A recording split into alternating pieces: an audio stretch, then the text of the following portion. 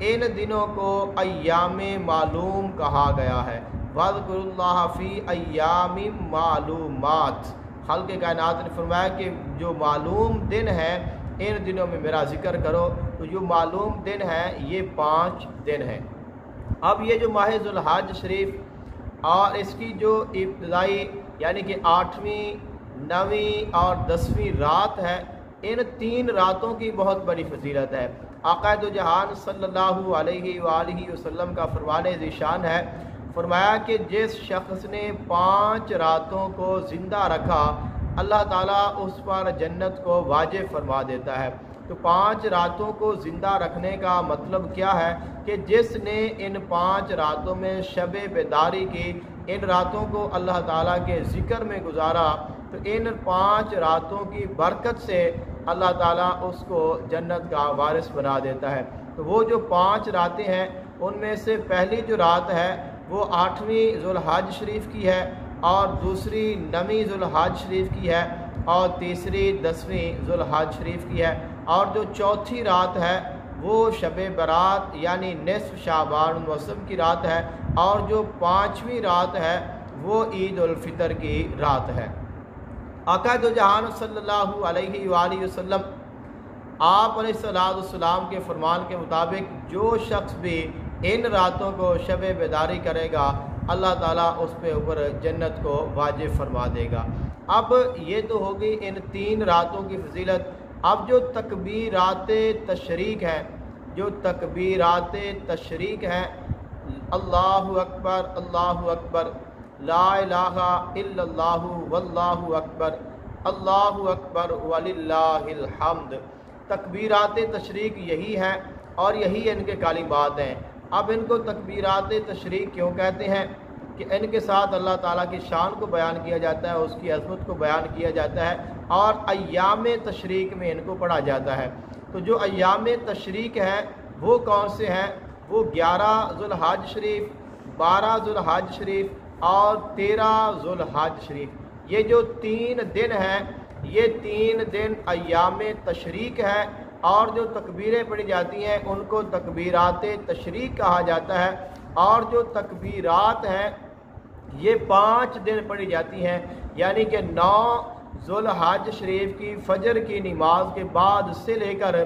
13 ذو الحج شریف کی عصر کی نماز تک، ہر فرض نماز کے بعد جب آپ فرض نماز پڑھیں گے تو 1 مرتبہ اللہ اکبر اللہ اکبر، لا الہ الا اللہ واللہ اکبر،